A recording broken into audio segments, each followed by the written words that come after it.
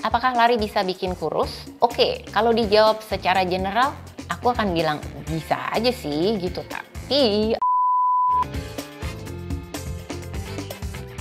pertanyaan pertama, kenapa pelari kurus-kurus?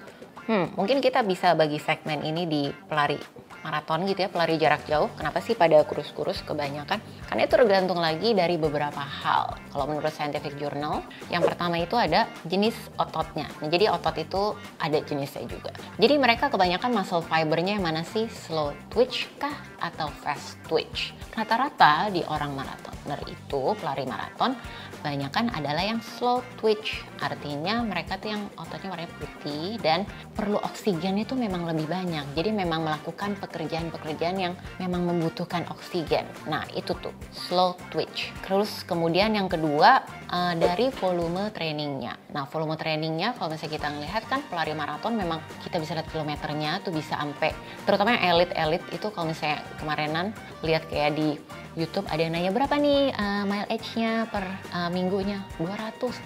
Oh, banyak sekali 200 gitu kan. Ya, tapi memang it's normal untuk mereka. Kemudian juga selain muscle fibernya, volume trainingnya, dan juga memang mereka secara endurance gitu tuh, secara genetik mereka memang memiliki kapasitas yang lebih baik di area endurance tersebut. Dan memang apa ya, training adaptation namanya. Nah, itu dia, adaptasi training itu latihan-latihan yang memang jumlahnya segitu memang membuat mereka seperti itu. Nah, jadi kurang lebih seperti itu. Apa sih ada perbedaan fisiologis sprinter dan pelari maratoner? Nah, ini juga cukup berbeda sebenarnya. Kalau misalnya sprinter, kita pikirin aja kayak mungkin paling gampang sebut nama Usain Bolt pada saat itu, atau sekarang Noah Lyles. Bentukannya kan kayak memang beda-beda banget dengan pelari maraton. Misalnya Kipchoge seperti itu.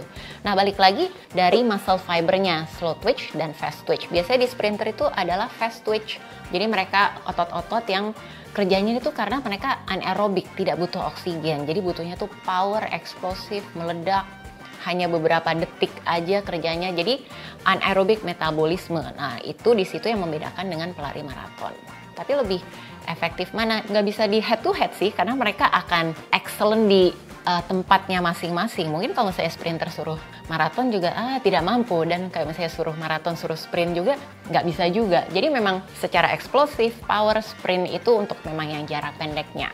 Next, nah nih baru tadi dibilang sedikit gimana perbedaan metabolisme anaerobik dan aerobik pada pelari serta hubungannya pada body weight. Ini menarik sekali karena itu berhubungan banget sama VO2 max. Nah, jadi kalau misalnya kita bicara VO2 max, itu kan satuannya adalah mililiter per kilogram per menit. Nah, jadi sangat berpengaruh sekali pada berat badan. Tapi aku akan lebih suka bilangnya pada body composition atau komposisi tubuh. Kenapa sih VO2 max itu berpengaruh banget? Oke, kita bahas dulu metabolisme anaerobik ya. Oke, metabolisme anaerobik artinya tidak butuh oksigen. Oke, dan kalau aerobik itu butuh oksigen. Nah, ini bedanya paling gampang yang tadi di sprinter dan di maratoner. Kalau sprinter metabolismenya anaerobik, jadi cuma butuh sepersekian menit saja, hanya detikan saja tuh. Makanya butuh eksplosif, power, speed yang cepat. Tapi cuma bisa bertahan maksimum beberapa menit saja. Karena yang dipakai strength-nya, kekuatannya itu hanya beberapa detik. Kayak 100 meter, ngeng gitu kan. Terus, tapi kalau misalnya di sini yang maraton butuh yang namanya metabolisme aerobik, perlu oksigen. Jadi, si otot yang slow twitch fiber ini akan mengutilisasi oksigen menjadi bahan bakarnya. Kemudian dipakai jadi untuk sustaining fuelingnya dia selama 42 km itu. Sangat jauh berbeda banget sih, tapi hubungannya dengan VO2 max itu tuh ada banget. Kadang dibilang, kalau makin ringan larinya akan makin cepet. Nah, sering ada yang bilang kayak gitu. Well, di satu sisi sih benar juga, makin ringan akan makin cepat, tapi in terms yang kayak gimana? Bukan berarti makin ringannya dalam arti lebih kurus tapi isinya yang penuh fat doang ya. Karena ternyata yang menarik Runhood Fams, kalau kita memiliki body fat yang cukup rendah, tapi massa otot yang tinggi, ternyata VO2 max kita tuh jauh lebih tinggi loh dibandingkan dengan yang kayak misalnya berat sama-sama 50 nih, tapi si A 50 kg-nya ototnya bagus banget, fatnya juga rendah. Nah, tapi kalau 50 kg si B, fatnya yang tinggi banget, ototnya rendah.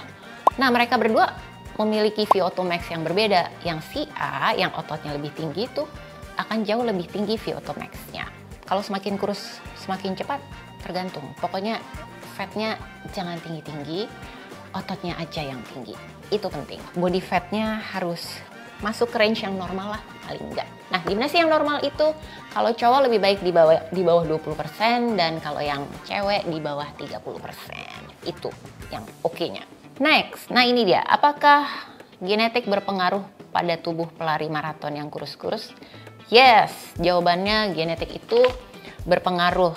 Kapasitas jantung parunya rata-rata kalau pelari-pelari maraton kita lihat yang elit deh gitu, yang elit tuh ternyata memiliki VO2 max dan oksigen efisiensi yang lebih tinggi. Kenapa? Karena ada yang terlahir memang jantungnya lebih besar, yang memang secara anatomi itu lebih lebih large. Jadi kalaupun sekalinya dilatih, training adaptation-nya akan makin lebih bagus. Kemudian muscle fiber, balik lagi tuh, slow twitch and fast twitch.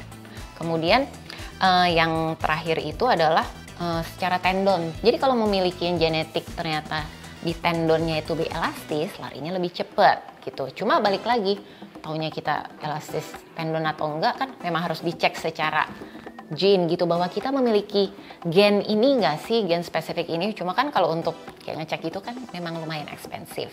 Jadi sebenarnya genetik iya berpengaruh, tapi justru latihan-latihan kalian lah yang akan membawa kalian untuk lebih jauh lagi. Bagaimana dampak menu latihan terhadap pelari maraton? Dan apakah body weight berpengaruh terhadap performa? Ya, balik lagi yang seperti tadi. Karena tergantung dari VO2 max. Jadi, kalau di sini makanya kenapa sih body komposisi itu penting banget. Jadi kita nggak hanya bicara berat badan saja, tapi komposisi tubuh. Karena secara scientific journal pun, the more muscle you have, sebenarnya itu akan utilisasi oksigennya itu akan lebih efisien, seperti itu. Apakah lari bisa bikin kurus? Oke, kalau dijawab secara general, aku akan bilang bisa aja sih gitu, tapi ada tapinya. Kalau kita lihat di smartwatch kita nih ya, kan lari nih pasti kan ada hitungan kalorinya dong, kalori outputnya berapa. Oke, tadi habis lari long run 300 kalori keluar. Nah, balik lagi, berapa asupan yang kalian makan? Apakah asupannya itu melebihi dari kebutuhan kalori kalian? Kalau melebihi, lari tidak bikin kurus artinya. So, it depends. Jadi, lari itu it's a good thing untuk membantu kalori expenditure, membuang kalorinya itu bagus, tapi perhatikan juga kalori yang masuknya seperti apa, karena kalau yang kalori masuknya nggak diperhatiin, takutnya malah jadi imbalance, malah kalori masuknya lebih besar, well, jadinya nggak kurus nanti. Dan ingat, bukan kurus, tapi recomposition, body recomposition, artinya lemaknya boleh turun, tapi otot stay ataupun naik. Karena kita nggak mau hanya kurus-kurus saja, karena kurus itu belum tentu menunjang performa. Recovery bagus, cold plunge atau sauna bagi pelari? Well, sebenarnya kalau untuk pelari, keduanya sih oke banget. Nah, paling yang harus dibedain adalah fungsinya masing-masing nih. Mungkin aku akan bahas dulu seperti yang kayak si cold plunge dulu. Nah, cold plunge itu bagus sebenarnya kalau setelah habis lari. Jadi dia bagus untuk mencegah inflamasi, biar nggak menurunkan level kortisol juga atau stres hormon. Jadi habis lari nih, long run ataupun interval, wah langsung either kompres es atau nyemplung aja di bak yang dikasih es. Nah, itu bagus banget seperti itu. Nah, kalau sauna itu juga bagus, tapi nggak dalam waktu yang berdekatan ya. Jadi misalnya bagus dilakuin kayak seminggu 2-3 kali, 15-20 menit. Bagusnya buat apa sih? Kalau sauna tuh bagus buat ningkatin performance as in endurance-nya juga oke. Karena dia vasodilatasi, artinya pembuluh darah menjadi lebar gitu. Jadi kayak increase blood flow, itu bagus. Memperlancar aliran darah ke jantung, itu oke. Terus kemudian dia juga untuk ngeluarin lactic acid-nya, itu bagus. Tapi jangan lama-lama, terdehidrasi. Itu yang harus diperhatiin sih. Oh iya, sama buat menghilangkan DOMS dan untuk mengurangi pegel-pegel, sauna. Jadi sauna is really good, cold plunge is really good, tapi beda fungsi aja. Jadi cold plunge buat anti-inflamasi. Jadi biar nggak bengkak, biar nggak nyeri gitu. Abis long run, abis yang lari interval gitu. Nah, nyemplung di situ. Oke, tapi jangan lama-lama juga, cukup kayak beberapa menit saja. Itu kayak maksimum dibilang sih kalau menurut jurnal tuh kayak 10 menit.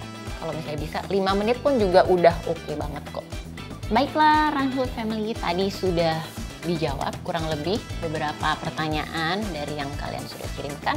Well, kalau misalnya masih ingin tahu lebih lanjut lagi, boleh komen-komen di bawah ini dan tanya-tanya lagi ke kita. Thank you so much. Aku Dr. Maria. Sign out. Dadah!